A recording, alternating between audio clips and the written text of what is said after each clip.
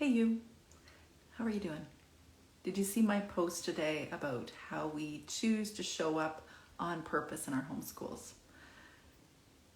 Not only do I believe this is the hardest aspect of homeschooling, but it's the one that instinctively we naturally repel. And we do that because it's uncomfortable.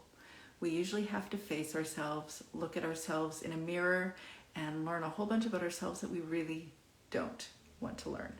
Thank you very much. However, and I've learned this both in my own life and I'm learning it as well alongside other homeschool moms' lives as I'm mentoring them and trying to give them tools, comfort, support in order to do this homeschool thing and to show up on purpose. I am learning that we don't have a choice. We have to address the stuff that's in here and in here in order for us to show up on purpose in our homeschools, right? So I thought about putting together a 12-day self-care strategy challenge for you to plan for you in your homeschool, to plan what you need in your homeschool, not just what your homeschool kids need, but what you need. And then I realized I'm really tired. I don't have time to go back and create videos for 12 separate days, which is what it is. It's a 12-day self-care challenge. But I want to because it's a Christmas challenge. It's a Christmas challenge. You're going to see me in Christmas outfits and you're going to see me wrapped in Christmas decor and all of that sort of thing.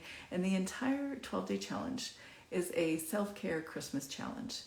But then I thought again that actually this is the perfect time for you to receive a Christmas gift.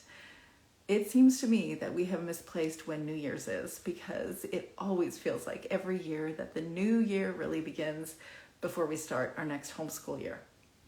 Unless you're a truly radical unschooler, then it means nothing to you. But for the rest of us, it feels like this is the beginning of a new year. And if there is any time that you need a gift, just like your homeschooled kids do, this would be the time for you to get to decide what it is that you really need to do, what you really need to plan for you in your homeschool. So if you want to join the 12-day self-care challenge, it's totally free. And really it is just a bunch of reminders, things that you can practically put into your real homeschool days to do for you. So check the link in my bio above and you can just enter in and you will receive or enter your email and you'll receive an email immediately. And then every day you're going to receive another little reminder of the things that you can do to look after you in your homeschool. You're going to hear things about, well, one of my favorite things. You may or may not love this, but have you tried a green smoothie? This is the fastest way for me to get fuel in the morning, and I don't have to do a lot. In fact, I can package it up maybe the week before and not even think about it and leave it in the fridge, and the kids are thinking, gross, a week-old smoothie. But I'm like, great, no breakfast, but my brain is fueled. But more importantly, the second thought is all about addressing your uncomfortable feelings. And that is the one that I think requires the most practice, is by far the most challenging to do, but is the practice that we have to do in our lives to show up on purpose, learn to be less reactive and more responsive, to actually capture the lives we were meant to capture, live the lives we were meant to live on purpose instead of just randomly addressing whatever challenges are right ahead of us.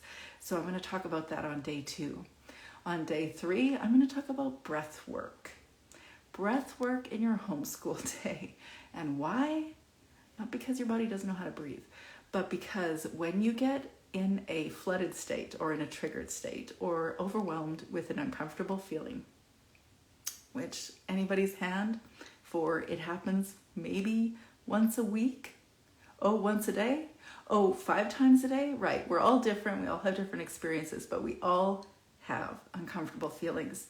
And breath work, intentionally practicing breathing techniques, actually does help to tone us down, calm us down, help us to be able to address whatever's going on in front of us right here, right now, in a more peaceful, grounded way.